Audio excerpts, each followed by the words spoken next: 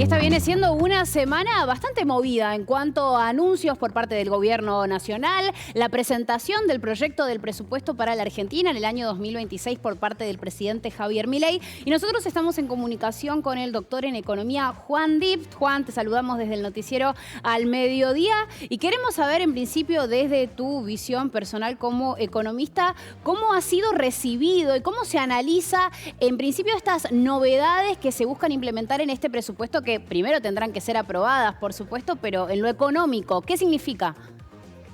Bueno, buenos días a todos. Efectivamente, ¿no? Se mandó el presupuesto para comenzar esta discusión, que como sabrán, hace 2 años que no hay un presupuesto vigente en la economía de nuestro país. El presupuesto que envió el presidente tiene varias matices. Yo creo que lo principal es este deseo de déficit cero, es decir, equilibrio fiscal total. O es superávit o es un equilibrio, que ahora más o menos les voy a contar algunos de los valores que se proyectan, ¿no? Como todo presupuesto, son todos valores proyectados. Es una tarea que no es fácil de hacerla y como ya hemos vivido siempre, los números a veces, cuando uno los lee así, nos empiezan a hacer dudar. Prevé un crecimiento del Producto Bruto del 5%, una inflación anual para el año 2026 del 10% y un dólar promedio de 1.423. Hoy justamente estamos viviendo como una cierta turbulencia en el mercado cambiario y ayer hemos visto que la mayoría de los dólares ya han superado la famosa banda de flotación que tenía, así que por ahí este dólar promedio de 1.423 podría ser un poco ficticio, ¿no? Y a la Bien. vez también eh, explica o prevé que tengamos un superávit primario del 1,4% del PBI. Para que se entienda, superávit primario es decir que lo que se recauda es superior a lo que se gasta, ¿no? Y sin tener en cuenta los intereses de la deuda que se vayan a pagar, que ellos también prevén un superávit financiero de cerca del 0,3% del PBI. Sin embargo, bueno, hay algunas cuestiones que se les puedo comentar, que desde mi punto de vista, y que esto ha sido charlado también desde el ámbito que me compete, que es el tema de la educación.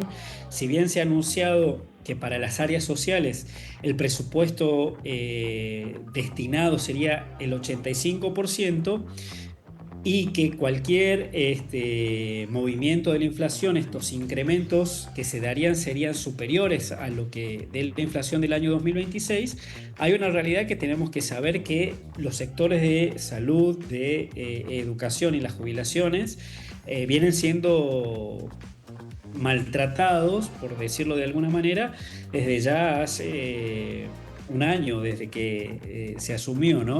Entonces, por ahí ver que un anuncio donde te dicen que se va a aumentar el presupuesto en un 85%, hay que tener en cuenta que quizás las pérdidas que se vinieron dando a lo largo de estos años no se lleguen a recuperar con ese aumento que se proyecta, ¿no? Como para tener Sí. una idea. Juan, usabas la palabra ficticio, justamente pensando en este Sí. equilibrio fiscal, esta frase tan utilizada por esta gestión del gobierno nacional. ¿Crees que este presupuesto 2026, en caso de ser aprobado finalmente después de ya años de gestión de Javier Milei, puede lograr traer concretamente este equilibrio fiscal, pero que no solamente impacte en la macroeconomía, sino también en la gente trabajadora? Bueno, mira, si vos me preguntás a mí qué es lo que me preocupa acá a fin de año, porque a veces en los discursos, cuando vemos el presidente que habla 10, 20 a 30 años seremos tal tipo de países, tenemos que pensar que a veces en el día a día mucha gente le cuesta llegar en ese mismo día o ni hablar a fin de mes. Entonces, por ahí estas proyecciones hay que tomarlas, digamos, como con cuidado. Siempre los presupuestos han tenido esta duda, porque como uno sabe, son proyecciones.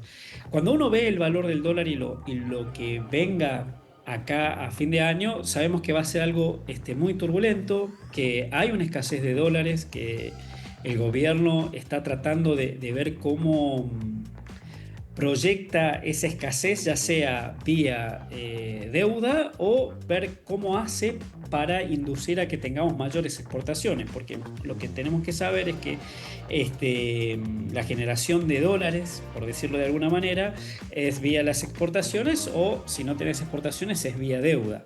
Entonces, cuando tenés mucha demanda de dólares, independientemente de esta idea de que si hay muchos pesos en la calle, esos pesos a la calle se van al dólar, uno requiere siempre tener alguna oferta de dólares estables para poder responder cuando esta demanda se incrementa, que es lo que está pasando hoy en el mercado, y estamos viendo que también el riesgo país se disparó y que está llegando a 1.300 puntos, porque bueno, el mercado, como se dice en la jerga, está viendo algún tipo de desconfianza, Juan, ya sea lo electoral, sí, y sobre ya sea lo esto, electoral o en la economía. sí, bueno, y justamente sobre esto, el impacto del mercado, ya sea en el precio del dólar, en el riesgo país, vos lo mencionabas, o bueno, en esta búsqueda de un equilibrio fiscal. Si el presupuesto no se aprueba, ¿hay posibilidad de que esto ocurra igual, que se pueda sostener la inflación que se viene trabajando? ¿O crees que esto puede, no digo empeorar, pero sentir una alta para el año que viene?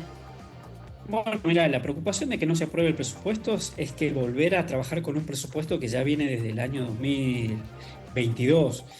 Si vos me preguntás qué es lo que está pasando con la inflación, si bien hemos visto que la inflación ha venido disminuyendo, es como que si fuera, o daría la sensación de que ha encontrado un piso que ronda dentro del 2% y que no tenemos como un cambio de tendencia, por lo menos visible, ¿no? Que al final de cuentas es lo que a nosotros nos importa, lo que por ahí hacemos mediciones, que es la tendencia.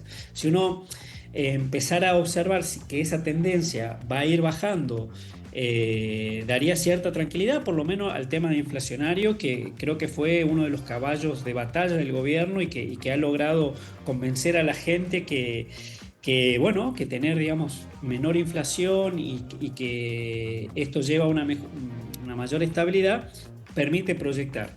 Pero también a la vez, si lo miramos del otro lado, estamos viendo que todos los salarios están como retraídos. Y si uno lo lleva más a la economía local, estamos viendo que no hay consumo, que los comerciantes cada vez venden menos, que la ciudadanía, especialmente de Posadas y a los alrededores, como para alargar los salarios, tienen que ir a buscar en el país vecino donde los productos salen más baratos.